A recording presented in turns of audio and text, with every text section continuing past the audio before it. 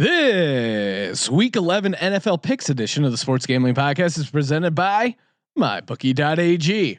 Right now, to honor professional football, MyBookie is offering up to $1,000 in free bets using the promo code SGP. That's right, $1,000 in bonus cash on your first deposit when you use the promo code SGP. Play, win, and get paid at MyBookie.ag. We're also brought to you by Ace Per Head. Ace is the leader in pay-per-head providers, and they make it super easy to start your own sportsbook. Plus, Ace is offering up to 6 weeks free over at aceperhead.com/SGP. That's aceperhead.com/SGP. Finally, we're also sponsored by Amazon. You already shop at Amazon. Why not shop at Amazon and support the podcast? Just go to sportsgamblingpodcast.com, click on the Amazon link, bookmark it, and use it every time you shop. You're listening to the Sports Gambling Podcast, exclusively on SGPN. Let it ride.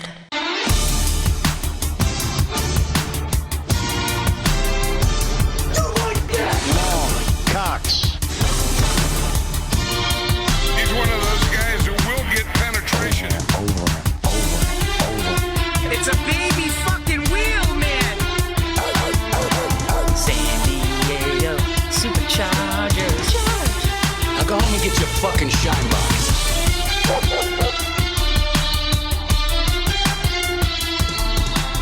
Ooh, welcome everyone to the Sports Gambling Podcast. I'm Sean, stacking them on the green with my partner in picks, Ryan, Real Money Kramer.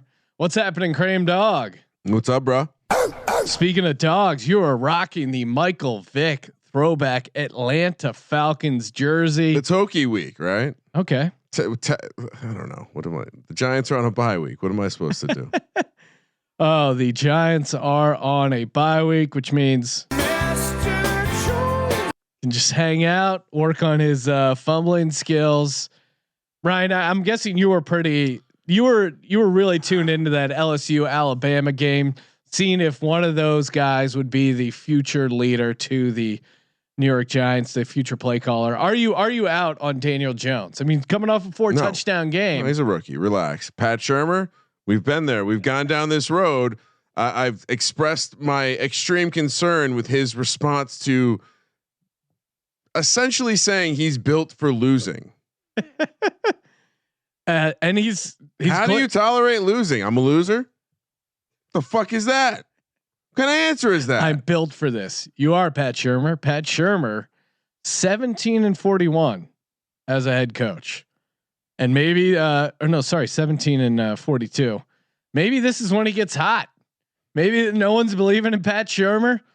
Adam Gase goes, hold my beer. The only time he succeeded as an NFL coach was his 1 game stint as a Philadelphia Eagles head coach, where he took over for Chip Kelly and beat, ironically enough, the New York Giants. Wow, how poetic, Sean. How poetic. Are you? Are you looking at the top of the draft class already? What do you think the Giants do? They go running back, get someone to take over for Saquon, who's hit the wall. That would be pretty appealing, Sean.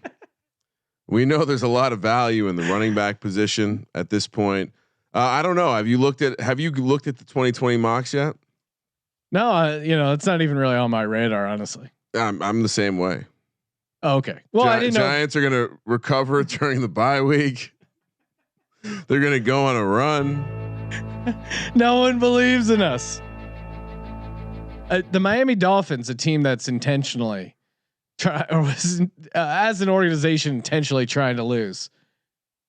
You guys are tied for the wins. Well, and don't let the 2-8 deceive you. It should be a 1-9. Well, and if Tampa Bay hits that field goal, and somehow the Giants have the 6th pick.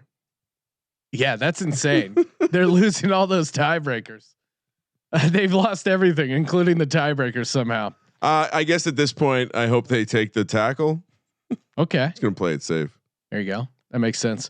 All right, Ryan, lot to get to. We're going to, of course, recap with week 10 that was in the NFL gambling world. Then look ahead to week 11 to give out our gambling picks. But before we do that, couple programming notes. What's of course, Sean? we will be live from Pullman, Washington, covering the Washington State Cougars versus the Stanford Trees. in a epic football match.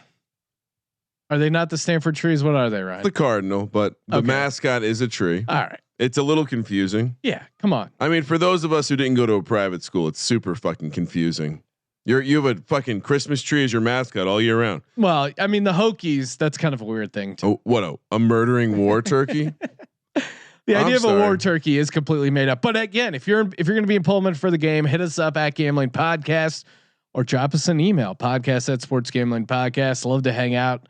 Love to mix it up with the fans. Speaking of the fans, woo-hoo, time to take a look at the free roll football contest where we have a 4-way tie.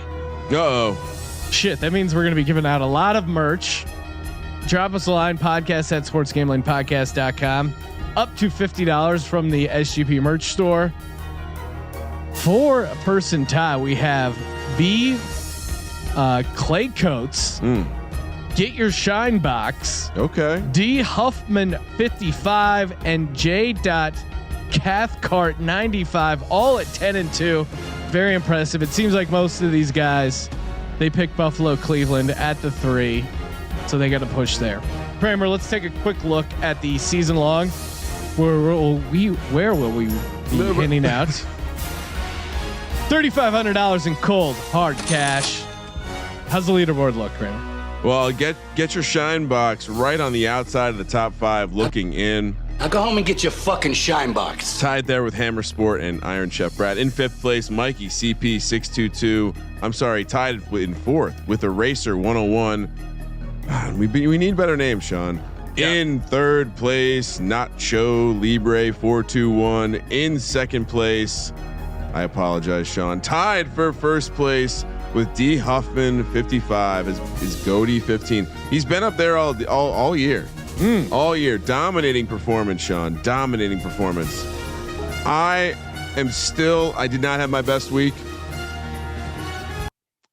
Maybe I was a little too arrogant at how easy the games felt last week. I apologize to my clients. I am still tied for 14th place. Well, and I tried to talk you into Atlanta possibly being this is their Super Bowl game. And not only did you talk me out of it, you made New Orleans your lock and you also convinced me to play New Orleans in the MyBookie Super Contest. So that my bad, bro. It's all right. I want to vent a little bit. It was interesting coming over here, Ryan. I've noticed that it is now we're taping this on November the 12th. Tuesday, early this week, Sean. Early again. Why are we doing it early, Sean? Well, I'm taping a thing with All Things Comedy that'll be coming out shortly, but we're also bumping the schedule ahead. We got Pullman. It's a compressed week. I hear you. Anyway, you were saying we are November the 12th. Mm-hmm. You just recently this weekend cleared out most of the Halloween decorations. I noticed the graveyard front, the cat eyes out of the garage. That's all gone. However, the scary mannequin lady is still in your front door, which is it still throws me off because now I think all the Halloween stuff's gone, and then it's just this weird woman lurking in the entry hallway. So you don't even know that you transitioned beautifully to a great story, delivery guy story. Not quite Walgreens Juan, but wait, not to interrupt, but do we have a follow up? No. But it is funny. My dad, it's a long story, but he's he's the president of this homeowners association, and they had to fire their attorney, and it turns out the guy's also name is Juan. Oh wow! And he's just been talking to me about how Juan is driving him crazy, and I'm like, Dad, you know what? You're not the only one. Maybe it's genetic. Greens just don't mesh well with Juan. So there's not only one. All right, what do you got going, Kramer?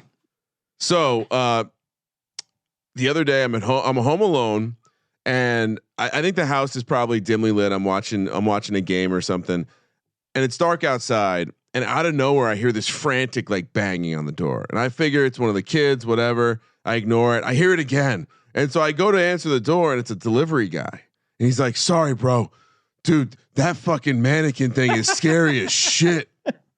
I was like, in my mind, I'm like, the eyes flash red, right? At that point, you're like, "Oh, you got me." he went on to tell me he legitimately thought there was some sort of demon in my house. To which I was like, well, why'd you keep knocking on the door? Hey, this is the greatest advertisement ever for UPS. Even if you got demons at your door, we're still going to get Amazon Prime, baby. I needed that shit same day. Let's go. Well, and go to sportsgamblingpodcast.com, click that Amazon link, sign up for Amazon Prime while we're paying some bills. Let's talk about our good pals over at mybookie.ag. Not only a sponsor, but dare I say a partner, domestic partnership. I want to enter into it with mybookie.ag because they've been with us for the long haul, taking our listeners' action. And again, they support us. We appreciate it when you guys support them. They're even giving back for the holidays coming up. During Thanksgiving week, MyBookie is going to be offering a risk-free bet on the Bears-Lions game. Basically, all you got to do, choose a team against the spread up to $250. If you win, congrats. You get the cash like always. If you lose, MyBookie will give you all your money back. And that's awesome with MyBookie because there's nothing worse than betting on games during the holidays and having it ruin the holidays, right? And especially the first Thanksgiving game at 9 a.m. on the West Coast. I'm barely drunk. I need a sure thing. And I'm going to parlay that into, I'm going to fade the Cowboys as I always do. And that's for past, present, and future MyBookie players. If you're new to MyBookie, go to mybookie.ag, use the promo code SGP for up to a $1,000 in bonus bets. Players only. Sean, real pro tip. Just go off the grid for Thanksgiving. So you have no idea what happened, but you placed a whole shitload of bets. There you go. I love that fun. Props come out earlier now because I think last year I even got down on some props. Had no idea. Check the balance. It worked out. Feels good. My balance pretty swole, as the kids say. I hit Arizona plus 4.5. Also Seattle. I gave it out on the podcast at plus 210. I think it closed like plus 240. Never a doubt on those two. And Kramer, you as well hit your tease. Arizona, Chicago, and Miami for that 3-team tease. My third losing week of the year. Yeah. 3 out of 10 is not bad. No, right? Not bad at all. Yeah. And I'm hovering around 500, but I'm hitting my dogs. 54% on the year for me. Are you kidding me? That's pretty. You want to come with 6 figures? Ryan's doing the Italian hands. I've never seen this. Oh, yeah, whatever you got. That's a strong. This is me doing my tout where you know if you're playing $50 a game, I can't help you. I'm sorry. You want to come to me with 25, 50 large? I'll double that. I'll get you that $100,000. Anyway, it wasn't even an Italian accent. It's just kind of like a retarded accent. Wow, Ryan, how dare you? Sorry, slow. All right, let's get to it. Rapid fire of these games. Oakland Raiders. I had the Raiders. You had the Chargers. Oh, San Diego Superchargers. Charge. Rare disappointing victory for the Chargers on the road in Oakland. Last game, possibly for Phillip Rivers in Oakland. The black hole swallowed him up. He looked really bad. It was interesting that the Chargers got back into this game. Just interesting game overall. But yeah, I mean, John Gruden. Long Cox. Drew Brees or Phillip Rivers this past weekend. It's weird. I guess you would say Phillip Rivers because he had so many interceptions and also near interceptions. Same thing every time. Yeah, and it was the same guy. Insane. But Oakland just quietly a team that they're quietly that frisky team. Are they definitely going over 6? Yeah, they're 5-4 and they play Cincinnati this week, or they're 5-5. What could possibly go wrong? Oh. Is this the game Cincinnati gets up for? We're going back. I mean, if you recall from the DFS show, Sean. Yes, they're 5-4. Sorry, I did a Tyler Boyd, Ryan Finley stack. So that's a bad idea. I wouldn't take the Raiders in a survivor pool this week. Well, I wouldn't care about survivor pools because I'm no longer in one. Tennessee Titans 35, Kansas City Chiefs 32. Weird game to pick last week midweek. We had the Chiefs -3.5, and Tennessee won outright. Not too surprising there. I liked a lot of the matchups Tennessee had. It just seemed Kansas City too much firepower at 3.5. I think on the Periscope I wasn't really endorsing when it got up to 6.5 or 7, but I did think it would be fine in the tease. I was surprised they lost outright, and the Titans guy did look off sides when he blocked that field goal. But hey, that's just the way things go. Hashtag our gals and Tannehill. So you can't review that, huh? No, which is really stupid. I mean, in the same way that I thought everything under 2 minutes should be or is reviewable, or they should be reviewing it. And for stuff that's non-judgment calls like offsides, holding and pass interference should never be reviewable. I mean, it's offsides, 12 guys on the field, turnovers, that stuff should be reviewable. I don't know. The NFL is their head up their own ass. They're lucky it's such an awesome product. They're lucky we have bloodlust and just want to see dudes' heads colliding at full speed. They're really lucky because comically bad at they this do stuff. everything they can to mess it up.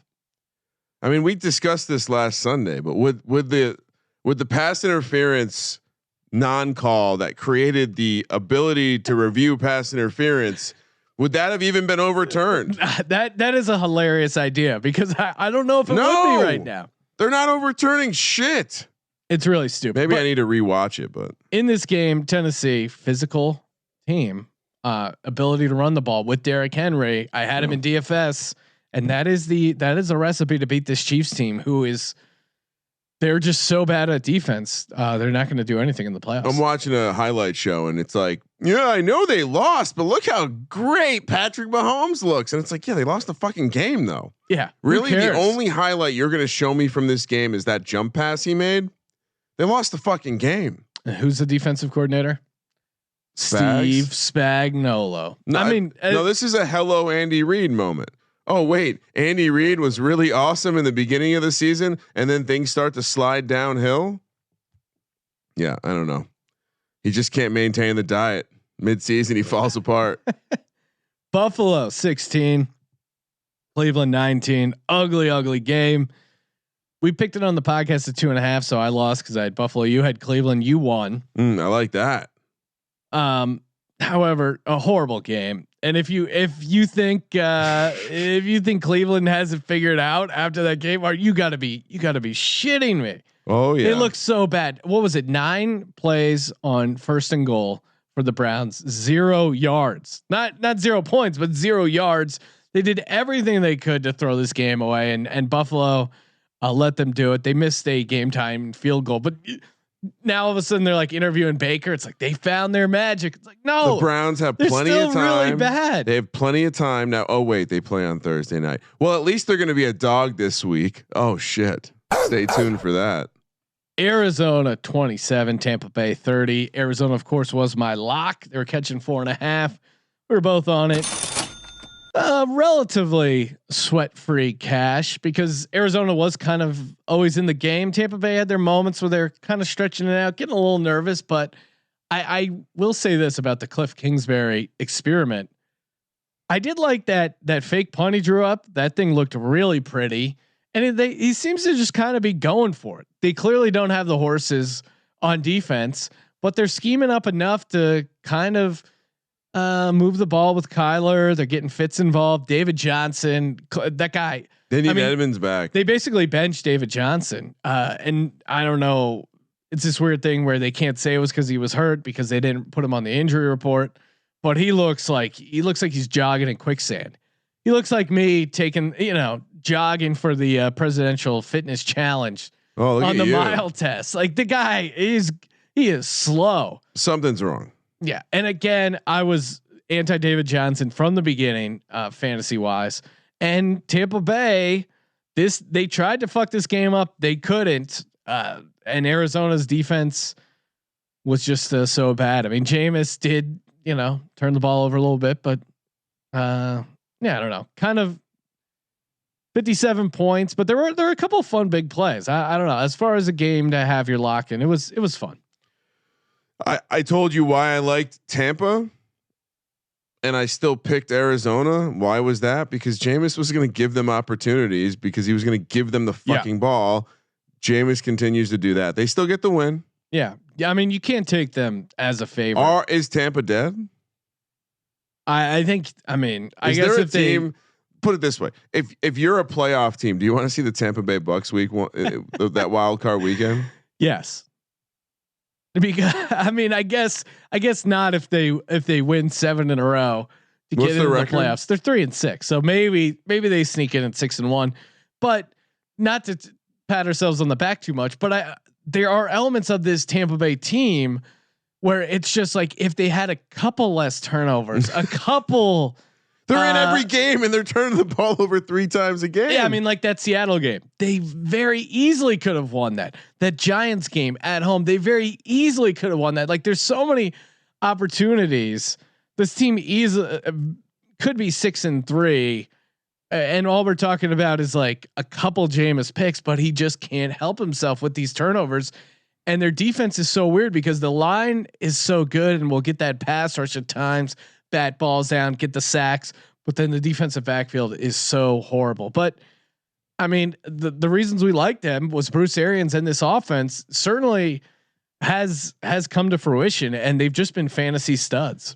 It does seem like they should be unstoppable. If they had, I mean, this is where you say, imagine Patrick Mahomes in that offense, or just imagine Minka Fitzpatrick if they traded for Minka Fitzpatrick or someone in that defensive backfield, Patrick Peterson or Jalen Ramsey. Like, imagine if the Bucks got Jalen Ramsey. Crazy. New York Giants 27. New York Jets 34. Giants got rocked in Jet Life Stadium. Heard a Jets fan throw that out. It was actually a shit talking video before the game of a Jets fan talking about how they were going to blow this game better than the Giants, how they wanted the first pick. And no one believed in the New York Giants to come in and lose this game outright. I bet on the Giants because I figured, hey, fuck it, we're going to be watching this game. And what a mistake. Saquon Barkley in what should have been a bounce back opportunity. 13 carries, 1 rushing yard. Not only is this a career low for Saquon, it is the fewest rushing yards by any non QB on 10+ carries since Reggie Bush had -5 yards on 11 carries in a Week 9 game in 2006. Ryan, you have the floor. What are we doing here with the Giants? Well, Giants suck. Yeah. So I had to head over to our iTunes page to make myself feel a little bit better, Sean. There you go. Where don't be shy. Subscribe, rate, review. The currency is reviews and ratings. Sean, We're climbing the loves charts. ratings and reviews. Well, and it's a chance to throw these media, these 4-letter media corporate titans into a locker. And it feels really good seeing these. Like, hey, we're just a giant media company with our new, the bet guys. And they're 2 guys who make bets. Hey, that's our shtick. All right. The Sports Gambling Podcast. We trademarked it. We've been picking every game against the spread since 2011. You needle dick losers didn't even know what the spread was in 2011. You're like, oh, that's illegal. I won't touch it. Oh, now it's legal in New Jersey. I guess I'll start dabbling with this sports gambling. Get the fuck out of here. That's our turf. And the listeners are awesome. They're the ones moving the needle. They're the ones getting the reviews in there. They're the ones helping stuff these other shows in the lockers. Yep. Hashtag DGens only. Yep. Are you ready? You get it all out? Yeah. You feel good? Just get a little fired Asking for a friend, 5 stars. Yeah. By Frothy Cabes, Cabes. Am I getting that right? Cabs. I'd pay Ryan Kramer just to record audiobooks and read me a bedtime story every night. Oh my God! Was this review helpful? Yes. Thank you for participating in the Sports Gambling Podcast. Yeah, I would. I'll record myself reading a short story of your choosing. Oh man, please send that. Please send that in. That is some great bonus content. For sure. So if you're Frothy Cabes, podcast at sports game. I feel like there's a word pun going on here that we're just not picking up on. Frothy Cabes. Podcast at sportsgamblingpodcast.com. Shoot us an email. Give me a reasonably length story. New Orleans Saints 9, Atlanta Falcons 26. Huge dog winning outright. Hit on it earlier. It was their Super Bowl. Matt Ryan didn't even look that good, but Drew Brees looked worse. And, Weird. And we were trying to wrap our head around it. And I was doing my show prep. One of these sites I really like hitting up, Walter Football. He's a fellow PA guy. He does some good analysis. Yins really stick together, Sean. No, we're not the fucking Yins. I mean, maybe he's a Pittsburgh guy. I don't think he is. He strikes me more as a Philly guy. But he pointed out, and he had a screenshot of Drew Brees wincing and kind of holding his rib cage. So he's hurt. There maybe was an undiagnosed rib injury going on there, and that certainly aligns with. Because we kept watching his throws and we were both saying like the throws aren't right. Something's going on. There was nothing on him. But the weird thing is like, yeah, it didn't seem like it was the thumb, and he looked so good that first week back from the thumb. I think it is. I think he does have bruised ribs. So it's weird. I always thought the vagina was lower on the torso. You can do anything you believe, Yeah. kids. Except cover 13.5 at home. How do you lose to the Falcons? I mean, that's the other. It's hate week. It's the rivalry. It's their Super Bowl, and it's going to be a great time to fade the Falcons moving forward. I was a betspert at fading the Falcons until last week. No longer a betspert. Your betspert badge has been ripped, and again, betspurts keeping us alive with the free roll football contest. Oh, another big dog that we were backing here. The Bengals plus 10.5. This is. I thought the divisional game with the double-digit dog that would come to fruition. Baltimore coming off a letdown spot, but no, Lamar Jackson making the case for MVP. Great game, awesome run. Him and Andrews had a nice little DFS stack. Finley, I guess to his credit, didn't look horrible. Granted, he threw a pick 6, but that was almost just a better play on the ball by the Ravens than necessarily a horrible throw. But they moved the ball up and down the field a little bit. So it wasn't a complete disaster for Finley. I mean, you look at his numbers, you're not like, oh, this guy's awesome, but you could do worse. The spin move, Sean. Spin move by Lamar Jackson. Pretty awesome. It got a lot of people wet. Yeah. Yeah. And then him and Harbaugh. I mean, Michael Vick-esque, right? Oh yeah, I mean by a mile. And I would say this too.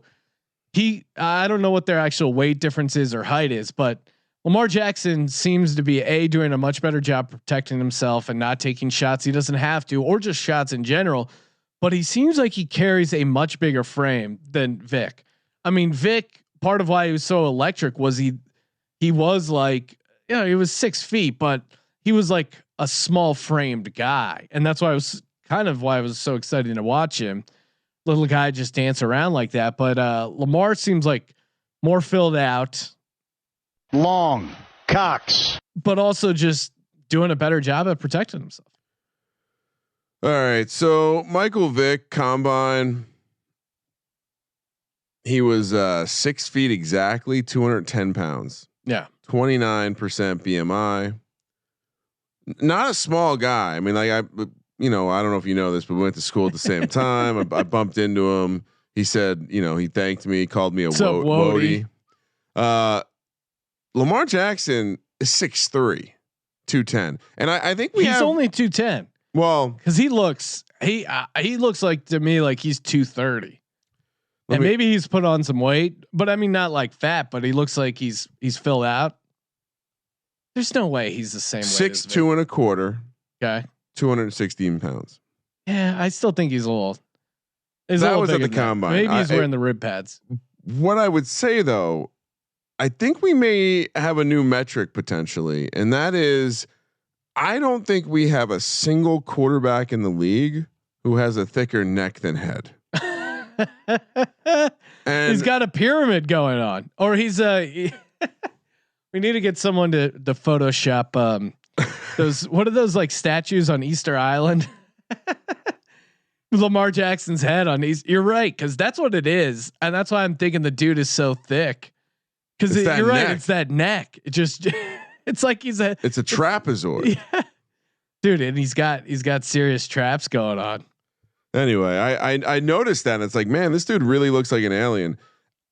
I mean, once again, yeah, Easter Island Lamar Jackson Photoshop. Please, someone work on that. A lot of people could have drafted Lamar Jackson. Yeah, and that's Ryan Russillo, who I do enjoy his podcast he does with Chris Long, and he was calling out Baltimore because they were glowing about Baltimore, like they saw this guy, they knew it, they liked him, and he points out like, that he made a pick before that. Yeah, it's like, why didn't you take him at 25 if you knew this was your Hall of Fame? Instead, you get him at 25 and then trade up. Yeah, I mean, come on. I mean, kudos. Hey, they got did him. Draft him. Yeah, So. you gotta give him credit. I mean, hey, Chicago Bears, they would happily have Lamar Jackson. They could have had him. Chicago Bears 20, Detroit Lions 13. They didn't need him. They had Mitchell Trubisky. Lights out, 3 touchdowns, 0 INTs. We picked it at 2.5, and then our boy Matty Staff late scratch line jumped up to 6.5. I think we were still on the line or still on the Bears, but yeah, again, pretty ugly game for a game in which Trubisky threw for 3 touchdowns, right? Tropical storm Trubisky downgraded to a thunderstorm at this point. Oh man, it is. Yeah, I mean, 3 touchdowns, 0 interceptions, and if you benched him this week, no one would care. This is interesting. This is courtesy of Kyle Yates at Kyle NFL. Jared Goff's last 16 games played. Completion percentage 60%, passing yards 42.56, 17 touchdowns, 16 interceptions.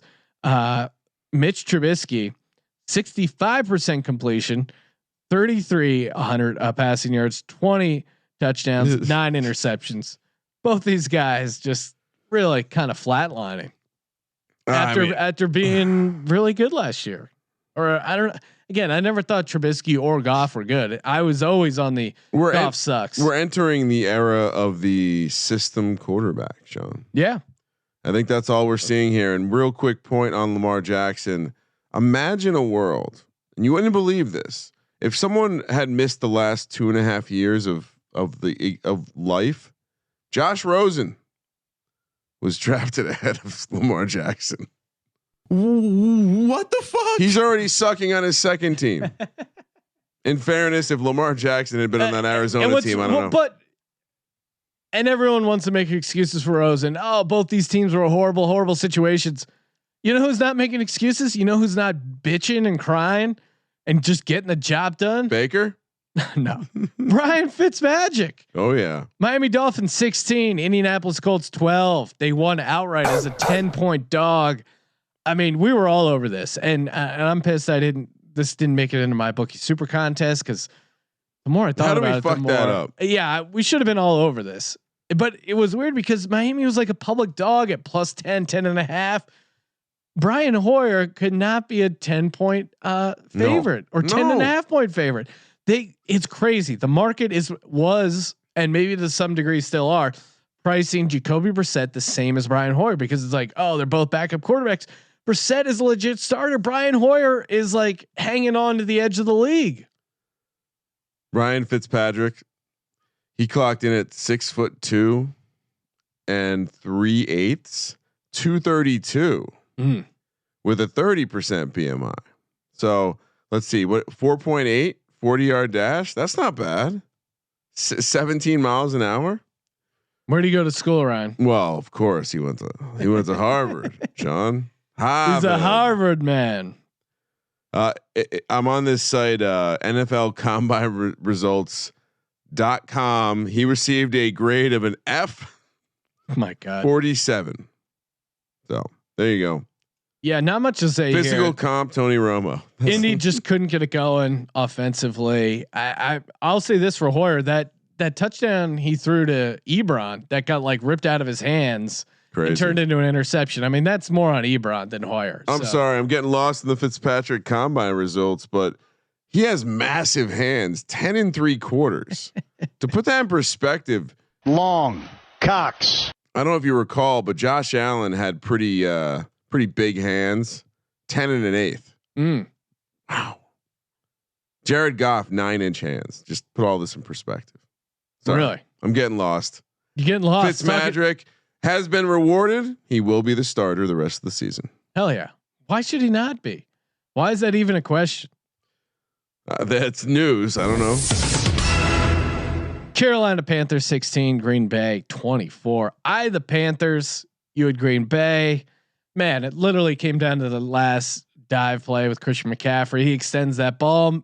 I get the cover. Maybe they even hit the 2-point, take it to overtime. I mean, not to be a guy who just bitches about the refs, but Jesus Christ, that roughing the passer that Aaron Rodgers got, that they literally threw him the flag while he was laying on his back.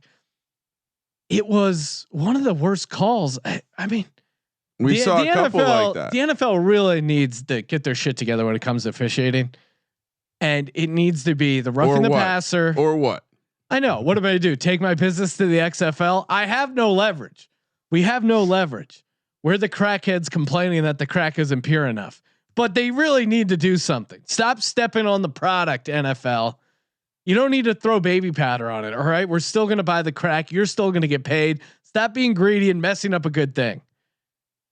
The Carolina Panthers though, seemed like, I mean, Kyle Allen was in there. He was throwing the ball well. McCaffrey had some moments. Green Bay didn't look amazing. I don't know. This Green Bay team is interesting as far as like, dude, there's a little bit of, there's just something flowing the right way for them. Yeah, that they're getting the right bounces but at 8-2, I don't know. I don't know if they're going to really do things in the playoffs. Neutral field. Which NFC team are you favoring over them? That's tough because I was really liking New Orleans because of how good their defense was. But then we see this Drew Brees game, and not to over adjust too much, but I mean, there are some serious flaws there. And then mainly that the fact that they get run, like again, they got run on, and we haven't seen that. That's troubling. The defense lost the physicality that we'd seen previously. Now maybe they get it back this week against San Tampa. Francisco's favorite over Green Bay. Yeah. Jimmy G, and then the injuries. Will Aaron Rodgers be distracted by the incredibly good looks of Jimmy G? I think you would definitely on a neutral field. I think you would favor Green Bay because of the experience with Aaron Rodgers. And at the end of the day, if they continue to get these wins, they will have home field, and that means a lot. You really gonna? I'll tell you this right now. I would love a situation where I get to fade Jimmy G going into Lambeau Field. Yeah, you see some of those throws when it mattered last. Well, night. Here, let's just get to it. Steelers 17, Rams 12. Rams didn't get an offensive touchdown in Pittsburgh. Cooper Kupp didn't catch a ball, which was upsetting to me, even though I had Pittsburgh plus 3.5. Again, another team I felt good, a good spot. Rams non-conference road game, not going to get up for this. And the Rams offensive line is just dog shit. TJ Watt is coming alive, and the Steelers defense is just creating turnovers, scoring on defense. Mason Rudolph is a huge liability. Again, I say start Duck Hodges, but you just like saying Duck Hodges. Yeah, he's like a world class Duck Hodges. He's a world class duck caller. Why do you not want him in there? And Jared Goff is exposing himself as the look guy. At the way he mixes the pass with the run to matriculate down the field. Rams. I mean, we can take that Sean McVay genius title away from him. Second best coach in the NFL. Definitely ahead of Doug Peterson, right? No, of course not. Come on, get with it. Oh, Minnesota Vikings in what was my favorite pick of the week went big. It didn't make it into my my bookie super contest, which I highly regret. You like that? You like that? But I did place a large money line wager on them. I got it at plus 150, so that was a nice way to cap off That's Sunday. Vikings winning outright. And again, my main reason was A, fuck the Cowboys, but B, the trend I brought up, and that was Jason Garrett on a short week coming off the Monday, 1-6 against the spread. And we saw it. I was there just going, Jesus Christ, this Amari Cooper's catching everything. The guy looked amazing. Yeah. I was really jealous. I kept going, to convert. Let's give it to Zeke. He's been great all night. And then Jason Garrett seemingly kind of figures out a way to fuck this up for the Cowboys, and that's a big loss for them because now they're tied 5-4 with the Eagles.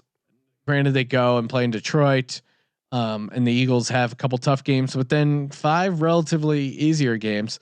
So it'll be interesting to see how things shake out. The NFC East is probably going to come down to Eagles, Cowboys in Philly, whoever wins that game. But this was a chance for the Cowboys to distance themselves in the division in the NFC, establish themselves, and nice win for the Vikings. Huge game, Dalvin Cook as well. Yeah, fuck the Cowboys. I mean, how many? Go home and get your fucking shine box. Those shoes are shine, baby. If I were to say type in NFC East standings, what would I say? The Giants are only 3 games back of the Eagles. They still play twice. Yeah. That's remarkable. How so? The Giants are very alive for the playoff race. This bye week couldn't have come at a better time, Sean. Oh, come on. I'm just kidding. When they were like a game or two, fun joke around, Ryan, but we have, I'm not allowed to joke. We have real listeners now. We can't be fucking around with that kind of stuff. Seattle Seahawks 27, San Francisco 49ers 24. We both had Seattle +6. I made it my dog. You also liked it, Ryan, as a money line play. I know. And yeah, I mean, crazy finish in OT. Definitely felt like Ty was on the table. Missed field goals, turnovers. Jadeveon Clowney now has scored 2 touchdowns. Okay. That puts him ahead of Odell Beckham Jr. with 1, Leonard Fournette with 1, and Devontae Adams with 0. So kind of an interesting year. Clowney and Minka Fitzpatrick have both scored more touchdowns than Odell Beckham Jr., Leonard Fournette, and Devontae Adams. How crazy is that? And how crazy are the Seahawks? We talk about the Packers being 8-2 and being somewhat fraudulent.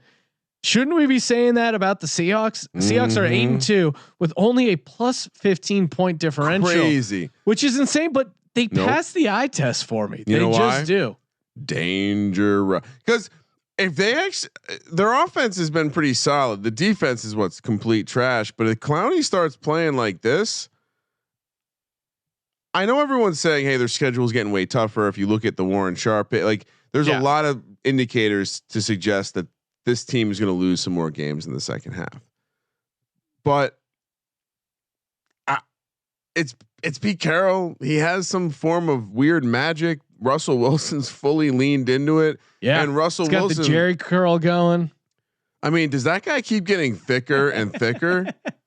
He was not that thick when he came into the league, and now he's like a Oompa Loompa running around out there. Hey man, he throws that fade. Josh Gordon was getting involved. Well, Lockett even came out of the game. You're not supposed to have 3 drives to win the game in overtime in the NFL format. Very weird. Yeah, and Lockett, that's something to keep an eye on. They were saying it was serious, but then now it doesn't look serious. So we'll see where that goes. But certainly, probably good that they claimed Gordon off waivers again. I don't know why the Eagles didn't give Gordon a shot there. Something to mix it up. Interesting stat here. This is only Nick Bosa's 12th loss since 9th grade, which is kind of an insane stat. Jimmy G again. Jimmy G looked like trash. I don't know if I'm just super biased here. He does not look like a good quarterback. No, we've been saying this for a long time. We're fading him if they make the playoffs. Yeah, he's a guy I'm looking to bet against. That was a stat I found to be crazy. I think they said there were 14 undefeated teams, 8-0 in the past 20 years or something like that. Only 2 of them won the Super Bowl. Really? Yeah. Well, the Patriots and they fucked up that one year. It's a baby fucking wheel, man. I did it again. I don't know. I'm very Italian today. Ryan's got it's this big oversized jersey. Ryan's got the Italian hands going, and Ryan, your people, they've been pioneers in the sports book industry. You know who else is a pioneer in the sportsbook industry? One of our sponsors, Ace Per Head.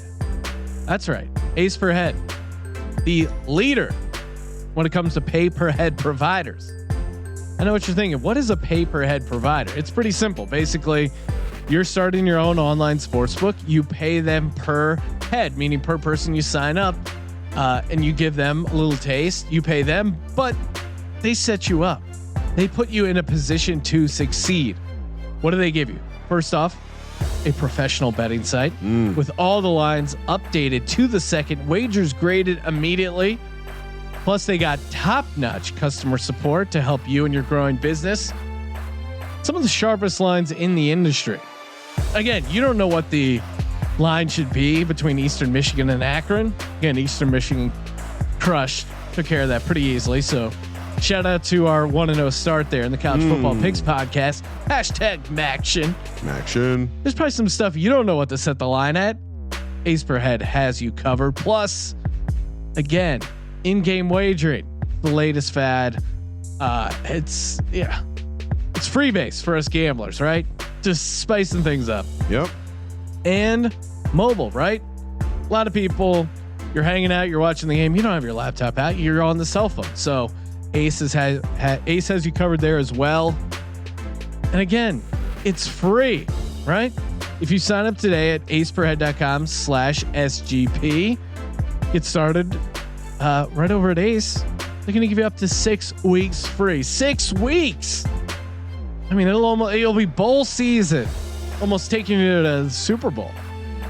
All you got to do is go to aceperhead.com/SGP. Hello. Let's do it, Kramer. Let's pick the week 11 lines. Okay. Go ahead. I was going to say the off Thursday against the spread and straight up. I was wondering if that was updated. Now I've seen it is. Does a bear shit in the woods, Sean? He does. It's almost exclusively. It's regressed pretty well. A lot of shitting happens in West Hollywood, Sean. Wow. Off Thursday night, regressed heavily. We're still 56%. It's now officially not something you should even be looking at. I don't know about that. 10-8. The close your eyes special is something that you shouldn't be looking at. Well, you should be looking to fade it straight up in a big way. Pittsburgh heads to Cleveland on Thursday night. Cleveland is -2.5, -140 on the money line. Pittsburgh +120. 40 is the total. Oh boy. Yeah. So Cleveland just covered a spread, kind of almost. They won a game. Yep. Now it's a short week. And what do we know about short weeks? Well, coaching matters a lot. Freddie Kitchens, he kind of sucks. Home team has been kind of coming around. Yeah, fuck you. I mean, say what you will about the smoke and mirrors that Pittsburgh's been rolling out there. I want that defense against Baker Mayfield in this offense. Yeah. Period. And I do think on the other side of the ball, Cleveland, they got Kareem Hunt involved in the passing game. Interesting. I didn't see that coming, you know? Yeah, I didn't see that option coming. They seem to be doing stuff with Hunt and Chubb out on there in the same time. Hunting for Chubb. Hunting for Chubbs.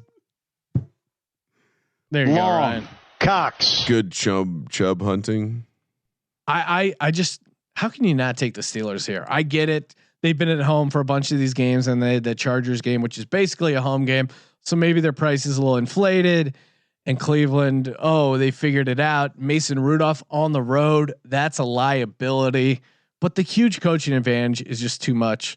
I'm going Steelers here. I love to see the Steelers pass rush against that Cleveland Brown offensive line. I love the Steelers' ability to create turnovers against Baker Mayfield, one of the leaders. You know, Daniel Jones, obviously. Oh, wow. 10 They're not fumbles, even playing this week. 10 fumbles in the last 4 games. Is that bad? And there's a big brother, little brother thing going on here. Now, granted, Big Ben isn't here. He's usually the one that comes and dominates Cleveland. He'll be there. He looks fat as shit. Steelers though, they've won 33 of the last 37 meetings. excluding a 2018 tie. So there's a bit of just they're in their head.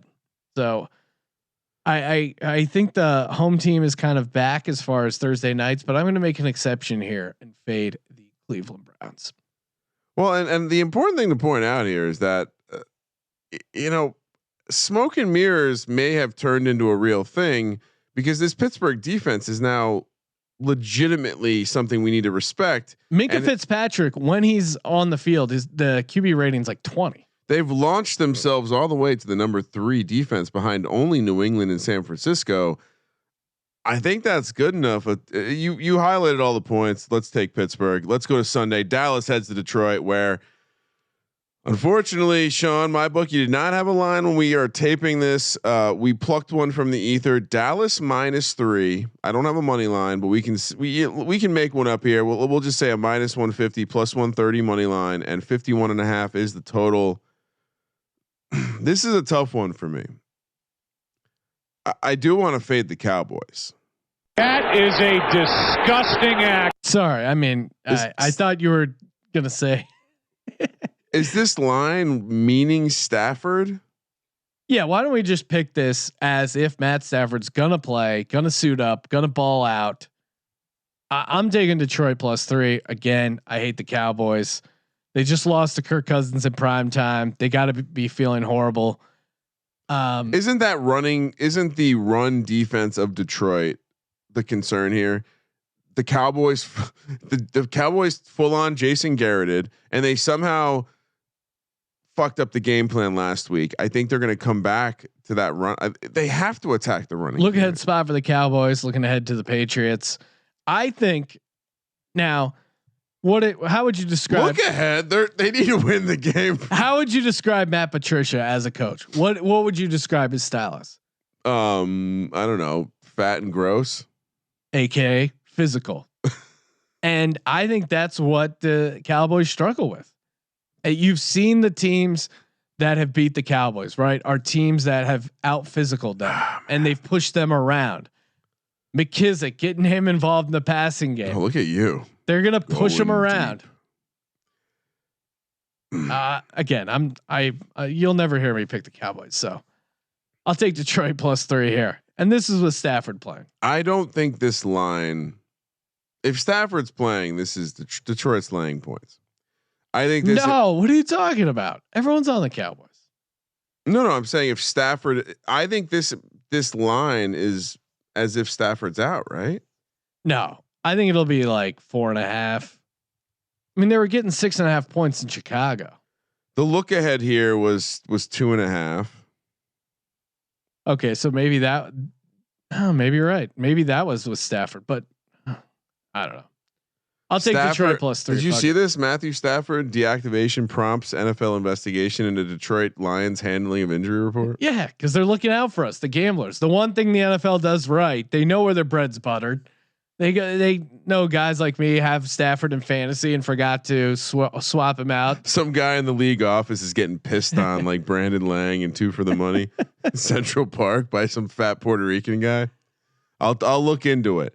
Yeah, come on, dude. I'm taking Detroit. There you go, Ryan. Getting your mojo back. You were cursed. I mean, I like Dallas, but you're right. I should just take Detroit. There you go. Don't overthink it. New Orleans heads although I don't know if I can't back Driscoll. He's pretty trash. They'll figure it out. Matty Patricia, the Midwest New England, they got this. It's a baby fucking wheel, man. New Orleans heads to Tampa Bay, where the Bucks are 5.5 point home dogs, +200 on the money line. Saints -240. 450 is the total. This jumped a point from the look ahead of 4.5. We love historically to fade the Saints on the long grass in Tampa Bay with the pirate ship. I love the bounce back spot for the Saints here, but boom goes the pirate ship. Boom goes the pirate ship. Here's the thing, Sean. Yeah. The grass is longer there. And if this is true about Drew Brees, if something is wrong with him, because we've seen again. I know you took Kamara. You tried to zag a little bit. Took Kamara on your DFS squad. I do. They have shut down running attacks, and if this game, but I think Kamara has a big game pass catching. But if this game hinges on Drew Brees' arm, throwing it downfield, yeah, that also could be troubles. Like I know it's a bounce back spot, but back-to-back divisional road games, a lot of situational reasons why you like Tampa here. Well, but again, we're afraid that Jameis will give the game away. Well, New Orleans wasn't. That was in New Orleans. It wasn't in. Oh, I'm sorry. You're right. It was in New Orleans. But Breeze, what you're getting at 43 and 28 against the spread after a loss. So that is a strong trend. And the Bucks haven't been amazing as home dogs. 9 and 26 against the spread. Really? As a home underdog since 2009. I think the Saints not having Lattimore is huge. And this feels like again. Well, we saw how bad. I mean, they couldn't stop anyone without Lattimore. Julio immediately got loose. Yeah, I'll look for Mike Evans to have a big game. Get him involved in DFS, even if Jameis turns the ball over, which he most certainly will. I think this is a field goal game. I think this is a 28-24 game, and I want that 5.5 points because I think that 5.5 points. I wish there was a way you could. I'm sure there is somewhere, but bet that the spread is going to matter in this game. And I think Tampa. It's called head over to mybookie.ag and place a bet on the Bucks. Tampa, yeah, you're right. What am I thinking? I think Tampa Bay loses by 3 points. So yeah, give me the Bucks plus 5.5. I feel pretty good about this. Tampa Bay again, probably undervalued because of all the minor mess ups they've had that have cost them games. And much like the Raiders, they were on the road for a really long run with that London game in there. And now they're getting home. They may have a little bit of momentum. So yeah. And Bruce Arians just sent a fucking message to his team that if you're going to be lazy and not try hard, we're going to cut your ass. They just, they cut former first round pick Hargraves. That I like that. I like that. Sends a message. This team will be up this week. And I think maybe the Saints that I called this out last week. Maybe check out what the Butler's up to because Drew Brees was not getting it done. Right. Atlanta heads to Carolina, where the Carolina Panthers. I don't know if you knew this, Sean, but Kyle Allen, he was from Wisconsin. He was. His parents were there. They were watching him play from Wisconsin. Grew up a Packers fan. How crazy is that, Joe? It's great to hear that, Troy. Carolina minus 5.5, minus 235 on the money line. Atlanta plus 195. 49.5 is the total. Another dome team coming out to the long grass in the NFC South. Sean, I love this. The Falcons could be playing in another dome, but this is just a huge letdown spot for Atlanta, right? They rallied, they got the Gatorade out. They didn't, but metaphorically they did. Hey, we love Quinn. We're going to play for Quinn. But now you got to go on the road to a Carolina team coming off a tough loss against a good team. They're back at home. They have Christian McCaffrey, a physical bruising guy who Atlanta has no ability to stop. And Atlanta's still kind of Matty Ice still kind of banged up. It's not like he looked amazing. They kind of just got an ugly win by a nice margin in New Orleans. All credit to them. I don't think Atlanta's completely figured it out. This was just one of those games of the few that they have remaining in the second half that they got up for. And now you're going to expect them to get up in Carolina. Carolina's playing for their playoff lives and they're a pretty solid team. Falcons have kind of, done well against Panthers, winning 7 out of the last 10, but this opened at 7 and it's getting bet down, which means the public is loving the Falcons because they're that simplistic. They thought, oh, hey, they just beat the Saints. You don't think they can hang with the Panthers? They can't hang with the Panthers. This is no matchups favor this Falcons team right now. No, I may be wrong here because I don't know if the roof was open for Arizona or Houston, but I believe this is the first game that they're playing on actual outdoor grass. Yeah. All turf. This is the first game they're playing outside, Sean. They were having trouble. I love this spot for Carolina. I love this spot for Carolina coming off that game. We're really they should have won. They should have beat the Packers. I really like McCaffrey to just go the fuck off this week. Yeah, huge game for Christian. Why these 5.5 points though? We're gonna get fucked here with these weird voodoo 5.5 point spreads. Jacksonville coming off the bye. They head to Indy, where Andrew Luck's still not back, Sean. It's going to be Brian Hoyer -3, -165 on the money line. Jacksonville +140. 44 is the total. Sean. Yes. Are you sticking to them? Sticking to your boys? The Colts? The Colts. Oh, I didn't play the Colts last week. All right. You play them almost every week. I do. Stop trying to pretend because like they're not your boys. Well, they've been really good against the spread. And do we know is Brian Hoyer officially? We don't. It's undecided. This is another game. I plucked the consensus number from the ether. Indy -3. There are a number of things kind of not talked about. I think this line suggests that it's Brissett. Well, yeah, just the fact that they're favored. Nick Foles is back, and I think he probably could have come back a few weeks ago, but they were waiting to kind of ride out Minshew mania. I think there's, again, I've said this a million times. There's a huge difference between Jacoby Brissett and Brian Hoyer. Jacksonville coming off the bye. It's interesting though. It's Frank Reich. He really knows how you get to Nick Foles, how you stop Nick Foles. He got Nick Foles into a Super Bowl. He got Nick Foles winning the Super Bowl. So if anyone knows how to slow down Nick Foles and that big dick of his, I think it is Frank Reich on the other side. And Indianapolis's defense. I mean, Darius Leonard, that dude is just a beast. They're still making plays on that side of the ball. They lit up 17 points. That should be enough to win at home in the NFL. T.Y. Hilton is still out for the Colts. So that could have been a nice boost. But again, I'm just fading Brian Hoyer, and it feels like Brian Hoyer is going to be the quarterback. It's an MCL sprain, so as soon as the 3 flashes, or you can get your hands on the 3. Oh wait, no, that's sorry. 3 is with Hoyer, right? Brissett.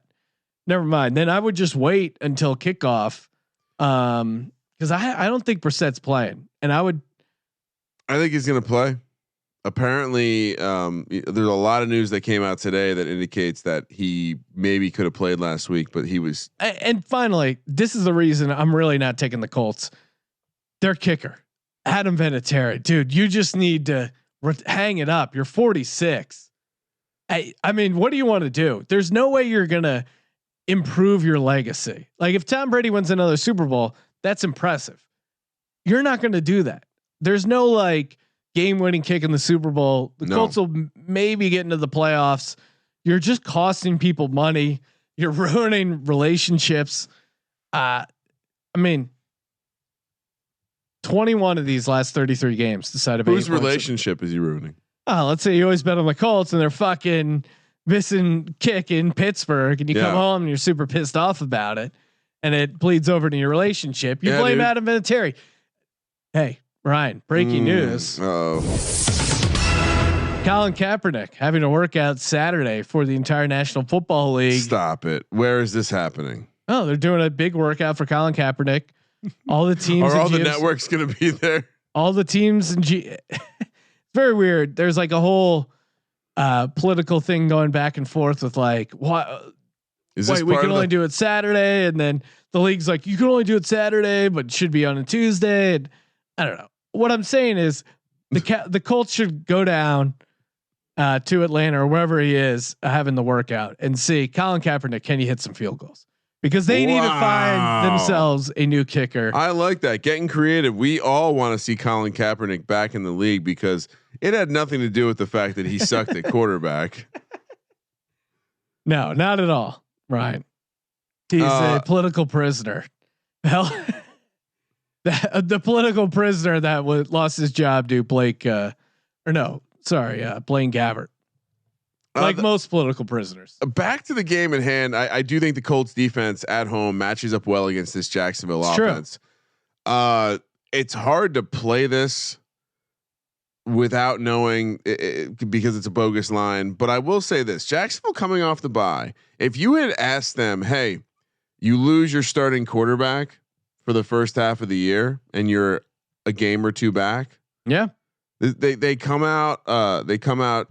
I think they look to get the running game going because that is the weakness of this Colts defense. And to me, whether or not Brissett plays, I do think T.Y. Hilton just changes him not being there changes this team. Fuck, I can't quit this Jags team, Sean. I'm going Jags. Denver off the bye. They head to Minnesota where the Vikings are a 10.5 point favorite, -525 on the money line. Broncos +415. The total is 40. This popped a full point from the look ahead at 9.5.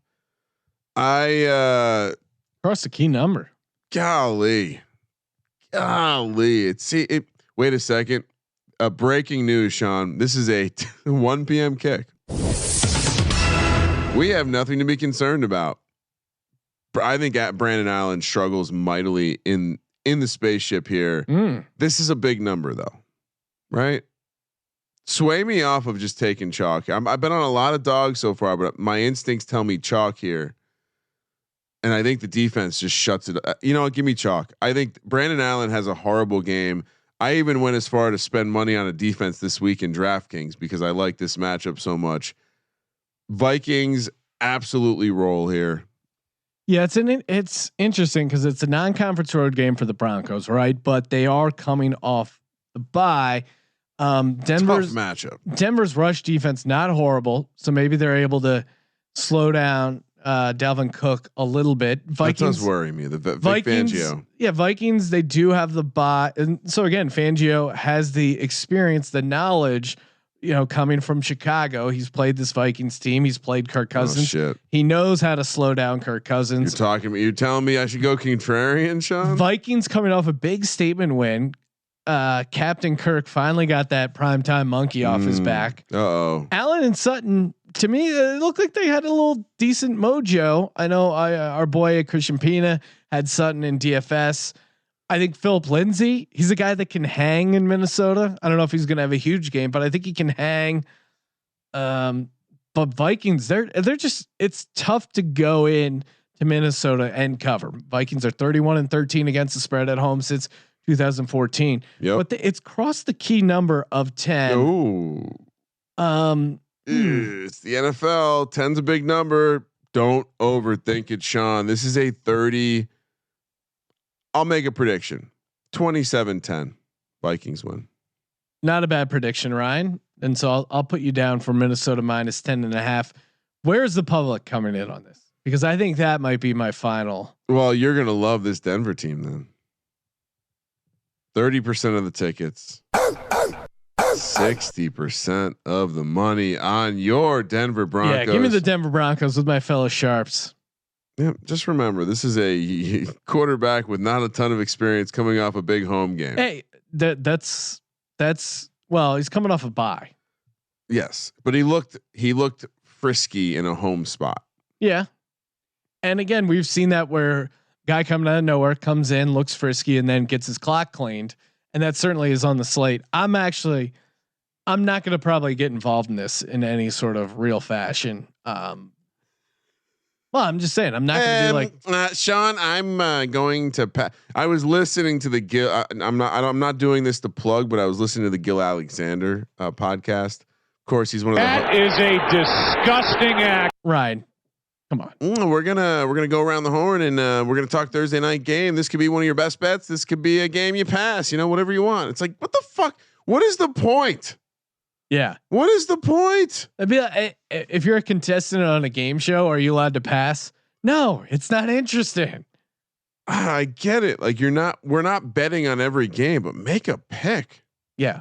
Let's talk about it. Pretend like you know the fucking sport we're talking about. Breaking news. Ryan and I don't bet on every, well, I don't know, some Sundays, but we don't bet on every single game. #DGens only. And again, that's why we give out the lock, the dog, the tease. By listening to the podcast, you kind of see what we like more than what we don't like. but we owe it to you, the constituents, the listeners, the guys downloading the podcast, guys and gal for the female listener. The one hashtag clients first. No, there's a handful of chicks, and they're probably some badass chicks who, you know, we got some nice have huge lippers and stuff. We're working on more female merch, and for those who have been asking about more kid sizes, working on that as well. Get your kids strapped with a baby effing whale shirt, maybe. D-Gens only. Speaking of female listeners, I have no idea. Bring up an iTunes review. Oh. Called "Can't Quit the Database," 5 stars from B McGee 16. My wife and I listen to this podcast every week to gain insider info on our college pick'ems. She follows Kramer's picks and has won multiple weeks. I enjoy Colby's picks and have yet to win, but like a gay cowboy, I just can't quit him. The show is hilarious and never a dull moment. Yes, that review was helpful. And just to be clear, if your wife and you are listening, maybe you hook it up to the Bluetooth speaker, make sure she's also downloading the podcast so we get credit for the download and have her leave a separate 5-star review. Yeah, don't be shy. We got to game the system as well. Okay. Don't be shy. Well, Sean, moving on, the New York Jets coming off that big win. God. They take to the road to take on the Washington Deadskins, as they may be called, coming off the bye week. Washington -1, -115 on the money line. Jets -105. 38.5 is the total. Did the bye week give them enough time to get Mr. Dwayne Haskins prepared to play in the National Football League? Sean? Oh my God. I mean, Haskins looks completely lost, right? But Darius Geis, he's back. Is he playing? Give me the. Seems like he's playing. Skinny. Is he going to be like a bell cow? And the Jets are coming off a win, and it's a non-conference situation, a non-conference road game for the Jets. They're coming off a win. 70-30 split on the tickets. And the Jets pass defense. Breaking news, but it may not have all been Mr. Jones in that 4 touchdowns. What are you trying to say? I'm saying Sean? I think the Jets defense is really bad, with the exception of a guy like Jamal Adams. But the Jets, that guy's a monster, though. Jets just lost Chris Herndon. That's right. And Brian Winters. They're both going to miss a bunch of time. So Brian Winters on the offensive line, Herndon the tight end. I'm going Skins here. Again, super ugly game. But yeah, I think it's just 2 horrible teams. I think on a neutral field, they're both equally shitty. I think Washington should be -3. This is on a neutral field, right?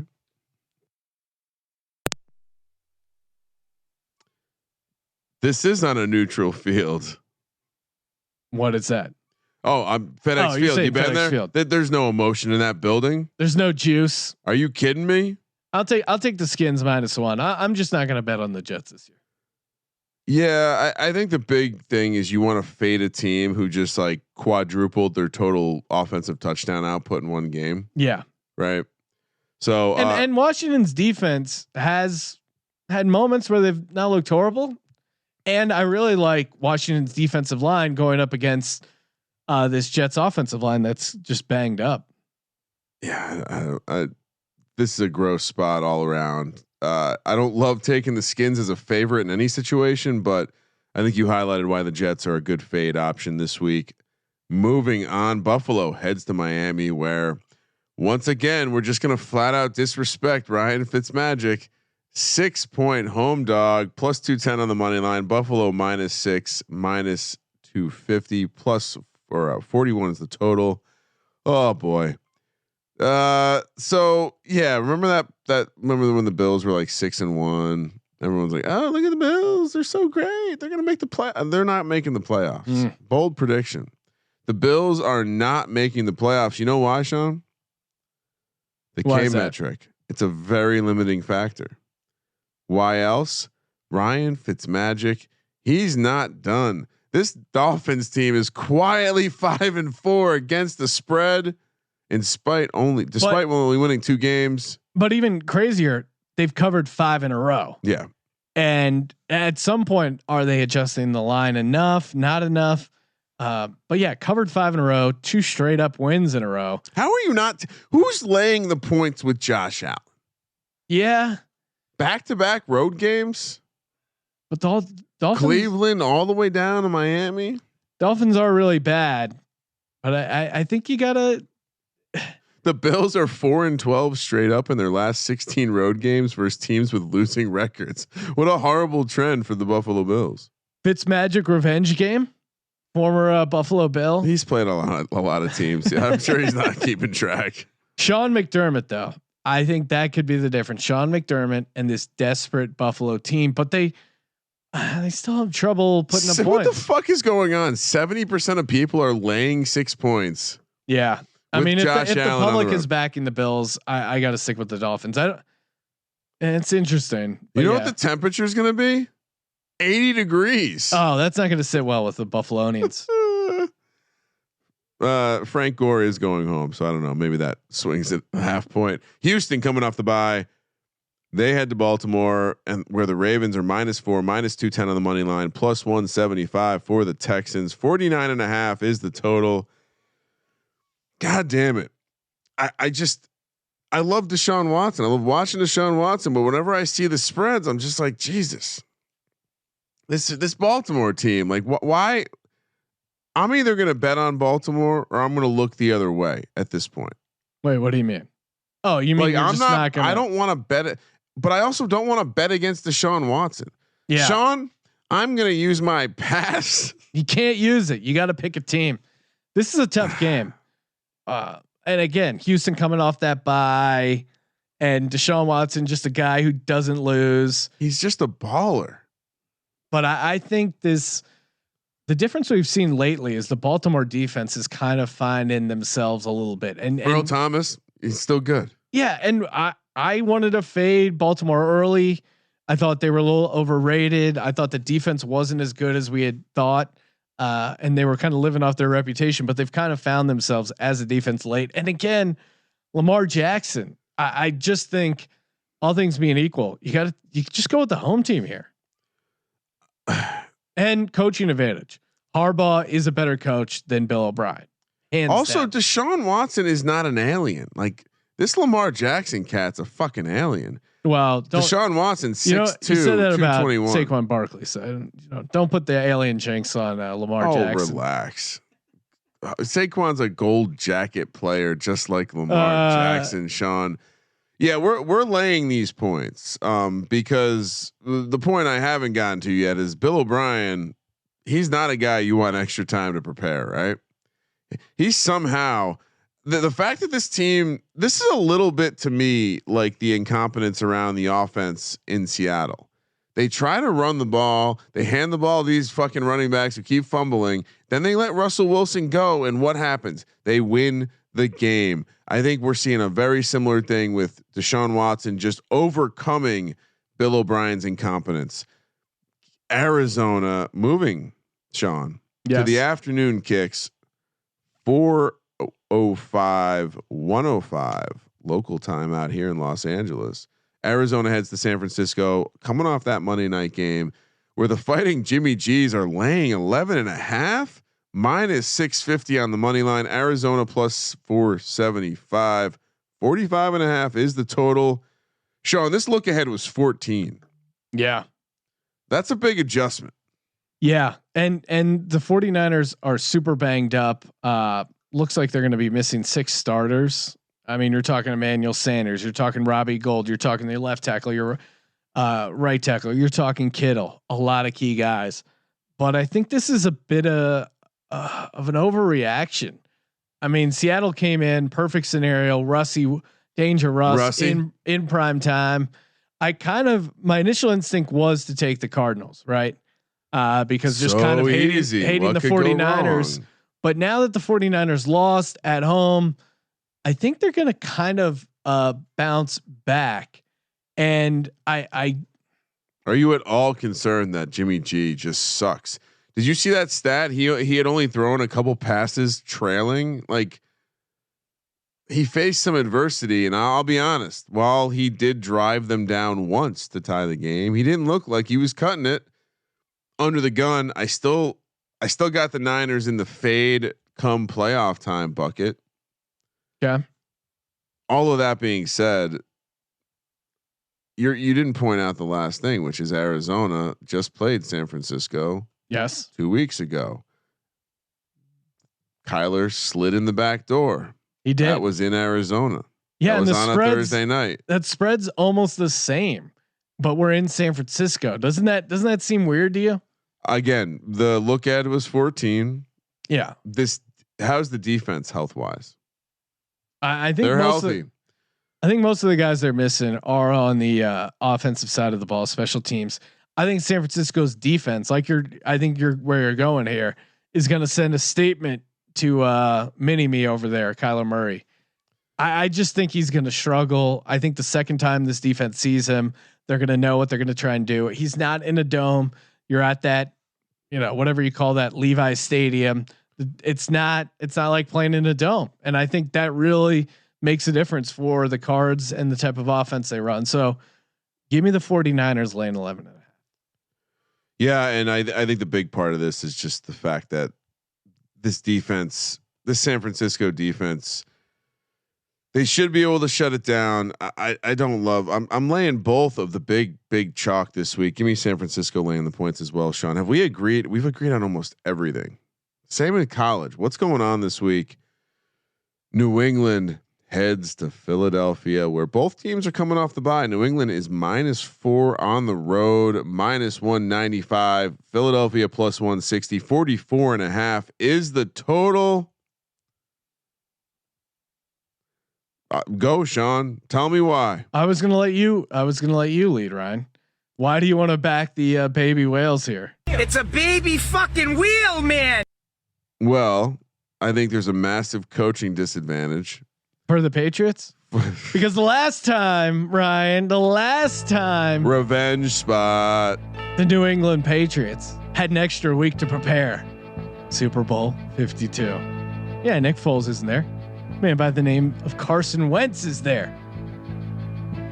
Let's go. New England. What is their weakness right now, Ryan? That's right. Their offensive line. What unit out of all the units for the Philadelphia Eagles are getting right? The defensive line. Fletcher Cox.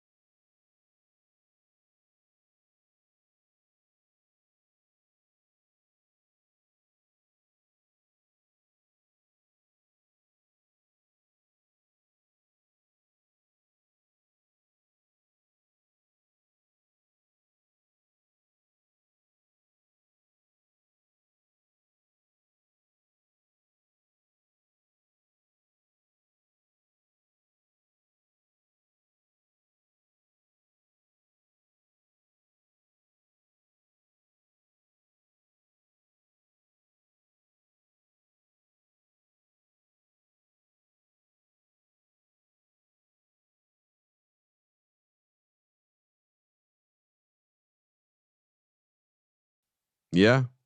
Unfortunately, isn't this Patriots team just going to go back to destroying people with Bill Belichick coming off the bye? Nah. Patriots win by a field goal. Eagles cover.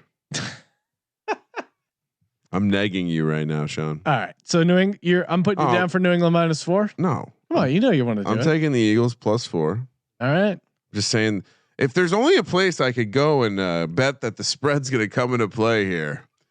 You know what I mean, Ryan? Cincinnati. That it's going to come into play, that they're not going to win outright, but that they will cover the spread. That's not the case with the Eagles, as may possibly hear and coming up in the Lock Dog.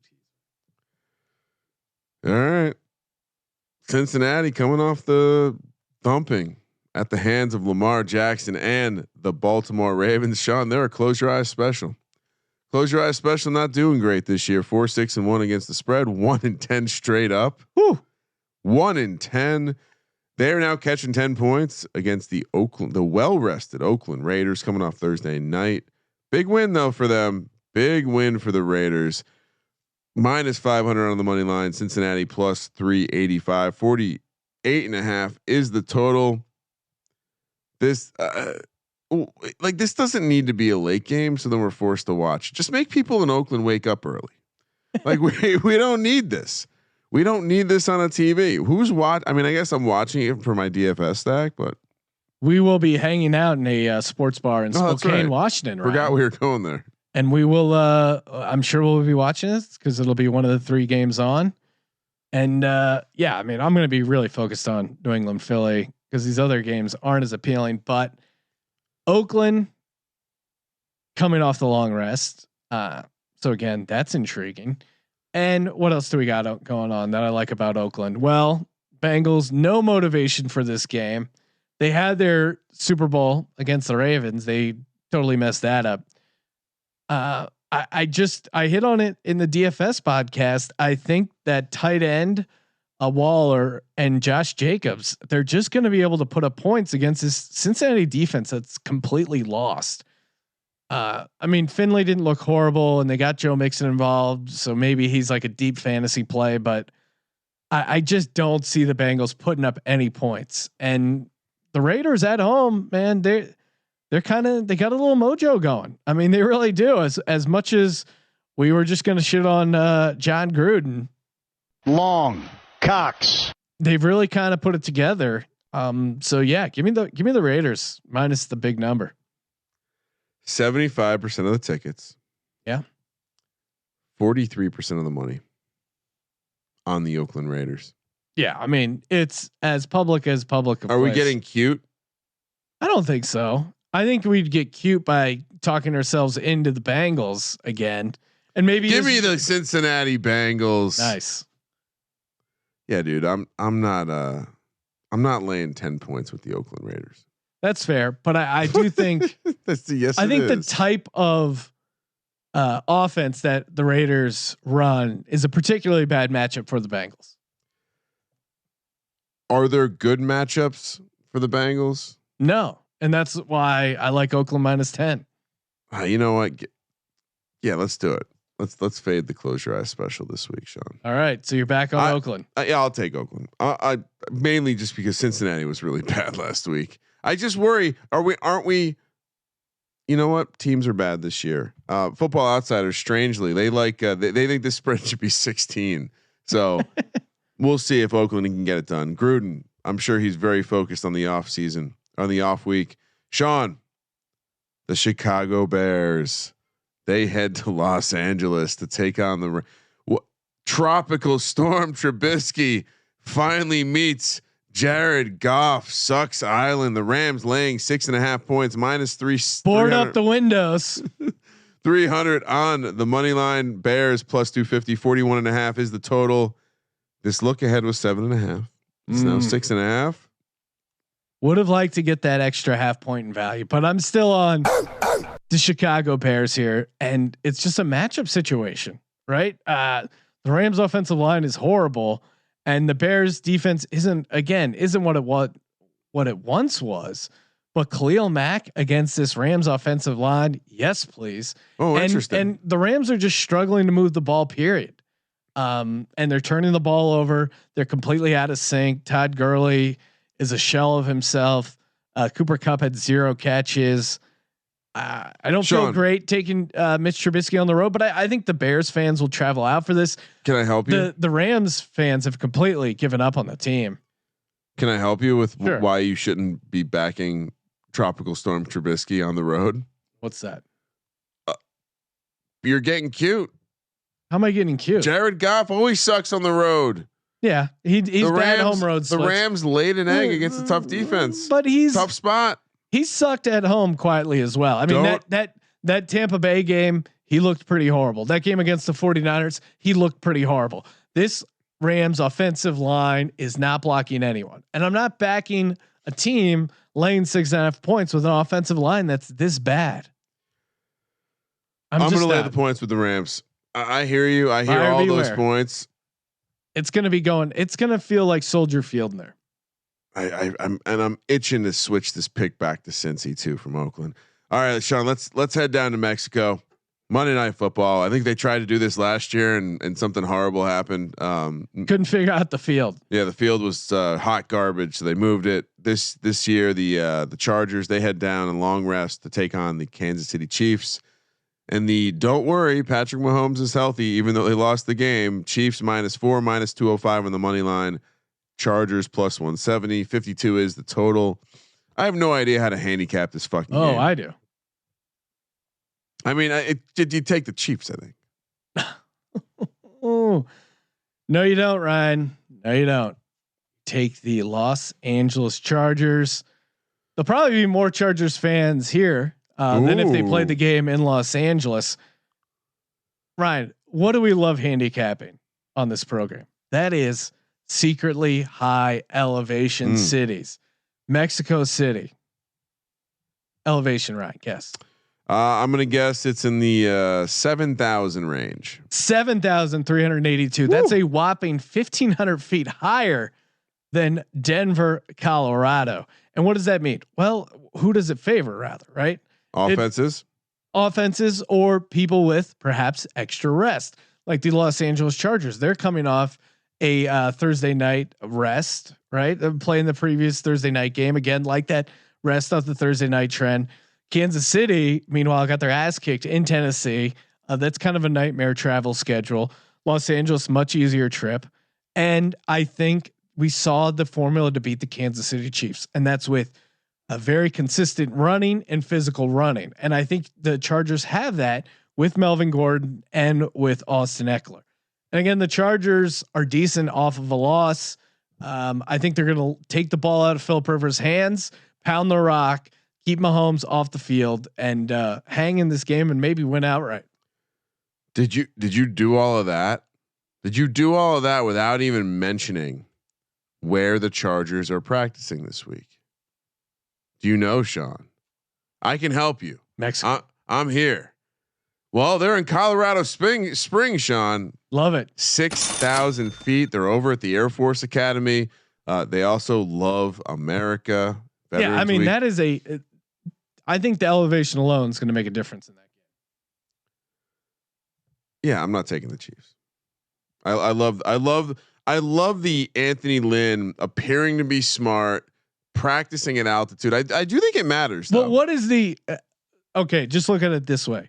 What is the biggest heartbreak that can be inflicted on San Diego Superchargers? Charge. Justin Decker, right? He just quit. He just walked away. They need to win this game, and they first. Bring him right back by beating the Chiefs in Mexico. This is just setting up for a perfect Chargers game here. The interesting thing is I can't find. Oh wow, I'm trying to figure out when the Chiefs are heading down there, and one of the headlines is Chiefs head to Mexico despite murder of American family. Yeah. How do those things relate? Right? Come on, they're the NFL. They'll figure it out. Although make sure players don't drink the water. That's it, Sean. That's it. That's Monday Night Football. Booger, by the way, watched my first full Monday Night Football game of the year. Booger is really bad.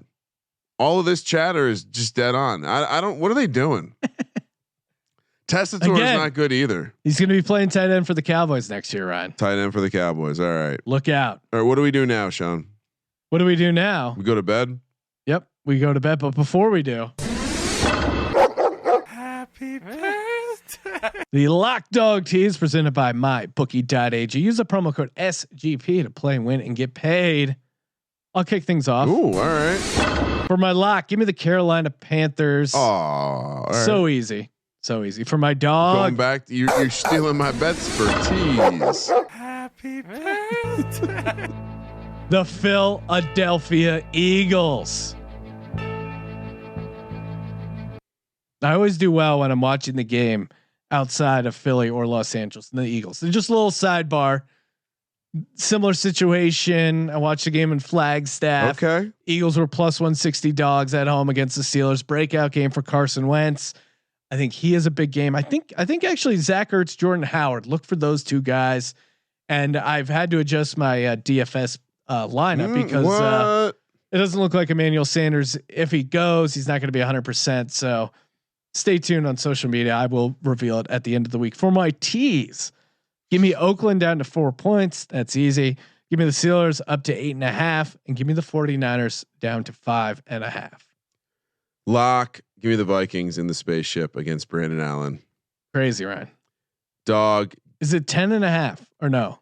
Yeah, Vikings 10.5. Do you want me to verify? Okay. No. Because just in my head it was 9.5, and that makes sense. But 10.5. I could have typed it wrong. No. I think there was. I'm a very busy man, Sean. All right. I think 10. Thanks for gracing us with your presence on this podcast. You know, I do it for the fans. # clients first, Sean. For my dog, what's the money line on Miami, Sean? What is it? Plus 210. Yep, give me that. Okay. So you're telling me, you're advising me away from the Vikings? Is that what you're saying? No, I'm not gonna. Because the number 2 would be to take Pittsburgh on Thursday night. Maybe I'll do that instead. For my tease, give me Pittsburgh up to 8.5. Okay. Give me. I kind of want to throw Philly in there, but I feel like give me the Rams -0.5,